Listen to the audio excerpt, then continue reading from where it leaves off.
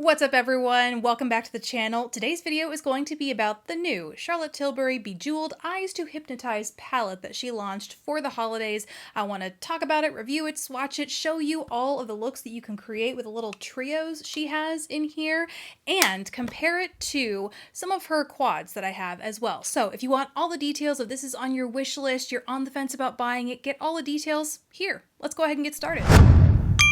So this packaging with this palette is one of her 12-pan palettes. I think she normally comes out with these around the holidays or like a special edition, limited edition launches. 12 pans inside. This one has this beautiful crushed metal textured, well, it's not textured, it's smooth, but it looks like crushed metal as you can see, but still has the normal Art Deco type of pattern that she normally puts into her palettes. This one is just a beautiful crushed silver edition.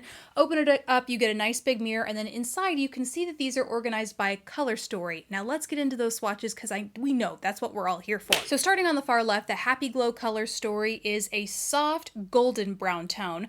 The Love Glow color story is obviously more of a red berry sort of situation happening. Dream Glow is the plums and the purples, and then Seduce Glow is the deeper, cooler bronzy shades. Now the way this palette is organized when you get it, it actually has one of these clear plastic overlays on top, and each of the shades in the trio is labeled either a 1, a 2, or a 3 that corresponds to prime, enhance, or smoke. And really, if you've ever owned a palette or just kind of are familiar with the format of a Charlotte Tilbury palette, this is not new. Even her quads have the same sort of setup here where you have the prime, enhance, smoke, but they do come with this pop shade that's more of a textured, like glittery, shimmery overspray that's supposed to enhance your look. But that is generally the permanent setup of her palette, so I think it's nice that this is arranged in the same way in case that is intuitive to you and you look at a 12-pan palette and you kind of think, I love the colors, but I don't know how to use them.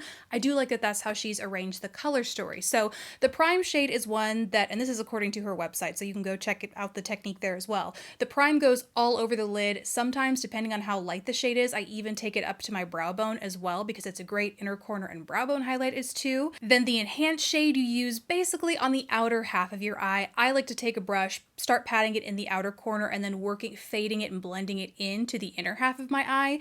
And then the smoke shade is supposed to be used along the upper and lower lash line and then really used to emphasize that outermost corner, and then you can even take it up into the crease for an even more dramatic effect. And for this video, I wanted to create all of the looks that exact placement creates with each of these trios. And it was actually really interesting to do that because normally with a palette like this, I have no problem kind of going in and just grabbing colors as I like them, as I want them to go into my look.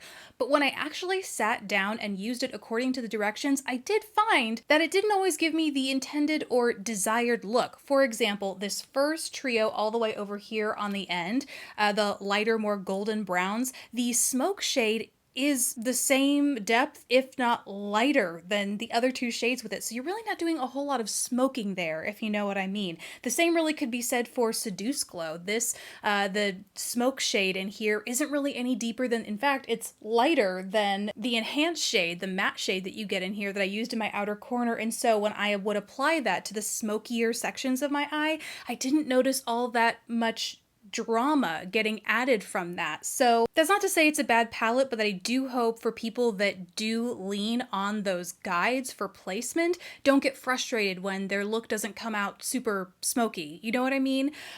Because besides that, I do like the shade selection, the color selection here. I think it's a beautiful variety of colors and textures. The one thing that I think it is missing for me is depth.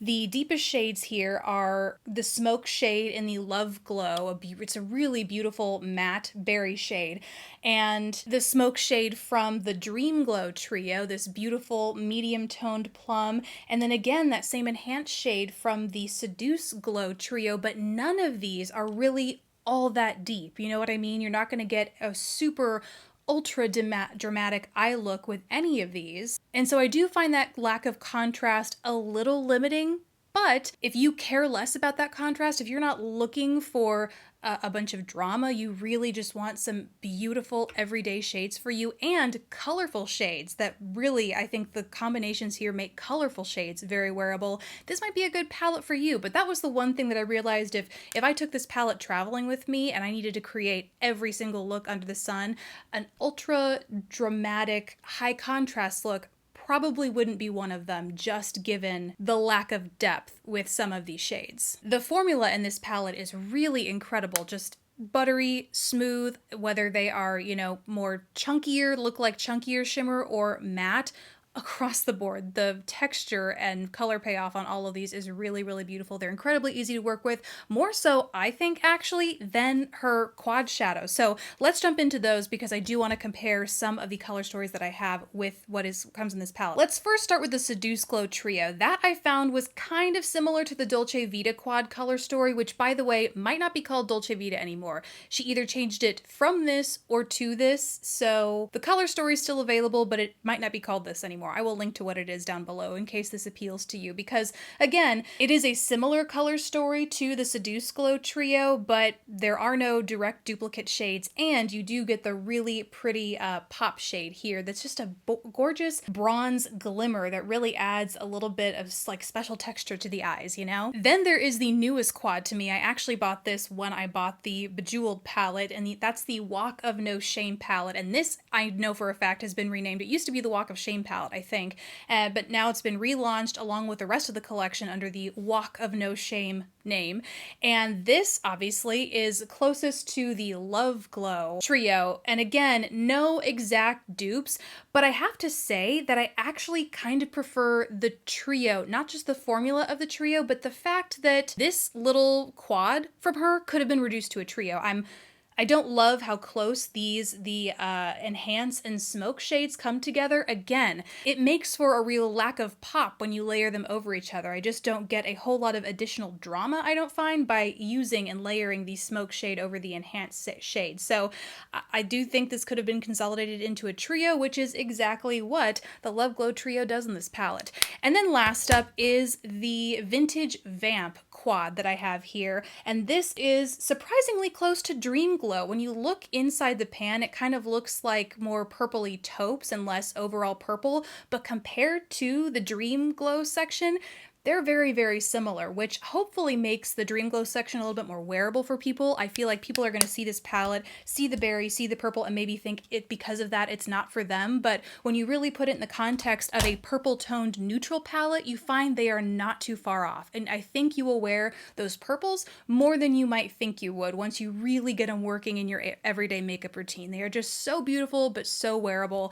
And yeah, the proof is in the comparison to the Vintage Vamp. So in summary, I really like the Eyes to Hypnotize palette. You know, it might not be for everyone. That lack of contrast might be a turn off to you. The price tag might be a turn off, but I will say if Charlotte Tilbury has ever been a lust brand for you, like it's always on your wish list, your Christmas list, your whatever, this is a holiday palette. And when you think about the variety of shades you get from Charlotte Tilbury, especially as I talked about, you know, like especially with the Walk of No Shame palette, how you could really, they effectively condensed the Walk of No Shame palette into a trio, plus you get something similar to the Dolce Vita and the Vintage Vamp palette, but rather than buying the individual quads, which also aren't inexpensive in and of themselves, you get 3 trios in the same sort of palette, then it might make more sense for you to get your Charlotte sampling in this way than trying to figure out which quad is right for you. So those are my final thoughts, but I would love to hear from you guys because I had heard from some of you in the comments in previous videos that you had your eye on this palette. So let me know, did you buy it? Are you going to? Have you been convinced otherwise? Let us all know down in the comments section below. And besides that, guys, thank you so much for watching. Please don't forget to subscribe if you haven't already, and I will catch you in the next video. Bye, guys.